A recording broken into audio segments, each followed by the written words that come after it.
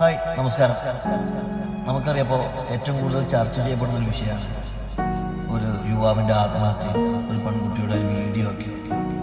അപ്പോൾ എനിക്ക് നിങ്ങളോട് പറയാനുള്ളത്, അല്ലെങ്കിൽ ആ കുട്ടിയോട് പറയാനുള്ളത്, ഒരാളുടെയും വ്യക്തിഹത്യ നടത്തിയിട്ടല്ല നമ്മൾ സമൂഹ മാധ്യമത്തിൽ പോസ്റ്റ് ചെയ്യുന്നത്.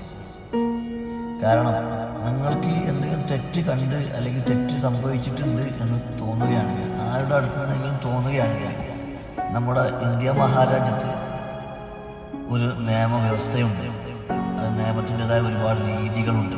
ആ രീതികളാണ് നാം അവലംബിക്കുന്നത്. അല്ലാതെ ഒരു വ്യക്തിയെ ടാർഗറ്റ് ചെയ്ത് അദ്ദേഹത്തെ വീഡിയോയിൽ വക്രീകരിച്ച് മോശമായി ചിത്രീകരിച്ച് വീഡിയോ ചെയ്യുമ്പോൾ നാം ചിന്തിക്കാം, നമ്മളാണെങ്കിൽ, ആ ചിത്രീകരിക്കപ്പെടുന്ന വ്യക്തി നമ്മളാണെങ്കിൽ നമ്മുടെ മാനസികാവസ്ഥ എന്തായിരിക്കും? സമൂഹത്തിൻ്റെ മുമ്പിൽ നമ്മൾ എങ്ങനെയാണ് നമ്മുടെ നിരപരാധിത്വം തെളിയിക്കാൻ സാധിക്കുക?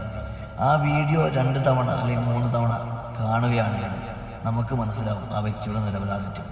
മാത്രമല്ല, ഒരു വീഡിയോ നമ്മൾ എഡിറ്റ് ചെയ്തിട്ടാണ് ഇടുന്നത്. ആ ലൈവായിട്ടിടുമ്പോൾ നമുക്ക് വീണ്ടും മനസ്സിലാക്കാൻ സാധിക്കും. അല്ലെങ്കിൽ എഡിറ്റ് ചെയ്യാതിടാണെങ്കിൽ വീണ്ടും മനസ്സിലാക്കാൻ സാധിക്കും. എഡിറ്റ് ചെയ്തൊരു വീഡിയോ എന്ന് പറഞ്ഞാൽ ഒരുപാട് ആപ്ലിക്കേഷൻസ് ഉള്ള ഈ ആധുനിക ലോകത്ത്, AI ഒക്കെ വിചാരിക്കുന്ന ഈ ആധുനിക ലോകത്ത് നമുക്ക് എന്താ ചെയ്യാൻ പറ്റുന്നത്? അപ്പോൾ നമ്മൾ റീച്ചിന് വേണ്ടിയിട്ടോ അല്ലെങ്കിൽ നമ്മുടെ ഒരു കുറച്ച് പണം സമ്പാദിക്കാനൊക്കെ വേണ്ടിയിട്ട് നമ്മൾ വളരെ മോശമായ, വളരെ ചീപ്പായ മാർഗത്തിലൂടെ സഞ്ചരിക്കുമ്പോൾ അത് മറ്റുള്ളവരുടെ ജീവൻ അപഹരിക്കുന്ന വിധത്തിലാകരുത്. അല്ലെങ്കിൽ അവരുടെ ജീവനും ജീവിതത്തിനൊന്നും മാനഹാനിയോ നഷ്ടങ്ങളോ സംഭവിക്കുന്ന രൂപത്തിലാവരുത്. നമ്മുടെ കയ്യിൽ എന്തുണ്ട് അത് വെച്ചിട്ടാണ് നാം കണ്ടന്റ് ക്രിയേറ്റ് ചെയ്യേണ്ടത്. നമ്മൾ പണം സമ്പാദിക്കുന്നത് മറ്റുള്ളവരുടെ പോക്കറ്റിൽ എന്തുണ്ടോ അല്ലെങ്കിൽ മറ്റൊരു വ്യക്തിയുടെ ഡിപ്പെൻഡ് ചെയ്തിട്ടായിരിക്കും നമ്മുടെ വരുമാന സ്രോതസ്സും അല്ലെങ്കിൽ കണ്ടന്റ് ക്രിയേഷനും. നമ്മുടെ കയ്യിൽ ഒരുപാട് എത്രയോ സ്കോളേഴ്സ് ഉണ്ട്, അല്ലെങ്കിൽ എത്രയോ മഹാന്മാരുണ്ട്, അല്ലെങ്കിൽ എത്രയോ പ്രശസ്തരുണ്ട്. അവരൊക്കെ എന്ന് പറഞ്ഞാൽ എന്താ ചെയ്യുന്നത്?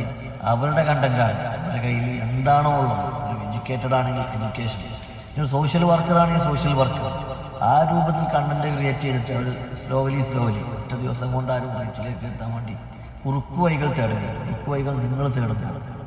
നാം ആലോചിക്കേണ്ട ഒരു കാര്യം, ആ ഒരു ചെറുപ്പക്കാരൻ, അദ്ദേഹത്തിന് അമ്മയും അച്ഛനും ഒരു കുടുംബത്തിൻ്റെ അത്താണിയായിരുന്ന ചെറുപ്പക്കാരൻ, അദ്ദേഹത്തിന് പകരം ആ കുടുംബത്തിൽ ഇനി ആർക്കാണ് ആകാൻ സാധിക്കുക?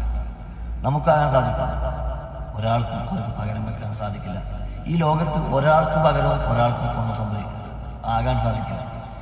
ഇപ്പോൾ നമുക്ക് ഒരു വ്യക്തിക്ക് പകരം മറ്റൊരു വ്യക്തിക്ക് ഈ ലോകത്ത് ആകാൻ സാധിക്കില്ല എന്നുള്ളത് വാസ്തവമാണ്. അപ്പോൾ മറ്റുള്ളവരെ ഉപദ്രവിക്കാതെ, ബുദ്ധിമുട്ടിക്കാതെ നമ്മുടെ പാതയിൽ സ്വയം വഴിവെട്ടി, സ്വയം പ്രയത്നിച്ച് സ്വയം മുന്നോട്ട് പോകണം. അവിടെയാണ് വിജയം നടക്കുന്നത്. ആ വിജയത്തിന് ജനങ്ങൾ അംഗീകരിക്കും.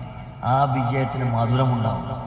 അല്ലാതെ മറ്റുള്ളവരുടെ ഉപദ്രവിച്ചു വെച്ച് അല്ലെങ്കിൽ മറ്റുള്ളവരെ ചിത്രീകരിച്ചുകൊണ്ട്, മറ്റുള്ളവരെ ആശ്രയിച്ചുകൊണ്ടൊരു വിജയത്തിന് വേണ്ടി കുറുക്കു വഴികൾ നാം തേടരുത്. ആരും തേടരുത്. സ്വയം പ്രയത്നിക്കുക, സ്വയം വിജയം കണ്ടെത്തുക. ആ വിജയത്തിൽ നിങ്ങൾക്കൊരു മധുരമുണ്ടാവും. അത് കാണുന്ന നാട്ടുകാർ ഇന്ന് നിങ്ങൾ അംഗീകരിച്ചിട്ടില്ല, നാളെ പറയും ആ കുട്ടി ഇത്രയും കഷ്ടപ്പെട്ടൊരു വിജയത്തിലെത്തി. പല ആളുകളും നാട്ടിൽ വിജയിച്ചു, അല്ലെങ്കിൽ സമ്പന്നരായ ആളുകളൊക്കെ പലരും കഥകൾ നാട്ടുകാർ പറയുന്നത് നിങ്ങൾ കേട്ടിട്ടുണ്ടാവും അല്ലെങ്കിൽ കണ്ടിട്ടുണ്ടാവും. എന്താ പറയുക, ആ കുട്ടി ഇങ്ങനെയൊക്കെ വളരെ കഷ്ടപ്പെട്ടൊരു കുട്ടിയായിരുന്നു, ആ കുട്ടിയുടെ ബാക്ക്ഗ്രൗണ്ട് ഇങ്ങനെയായിരുന്നു, അവർ സ്വയം കഷ്ടപ്പെട്ട് സ്വയം അവിടെ പോയി, അവിടെ നേടി, അവർ വിജയിച്ചു വന്നു എന്ന് പറയുന്നത് കേട്ടിട്ടുണ്ടാവും. മാത്രമല്ല, അപ്പോൾ ഇത്ര എനിക്ക് ഈ വിഷയത്തിൽ പറയാനുള്ളൂ. കാരണം എന്താണെന്ന് വെച്ചാൽ എല്ലാവരും മനസ്സിലാക്കാൻ ശ്രദ്ധിക്കുക.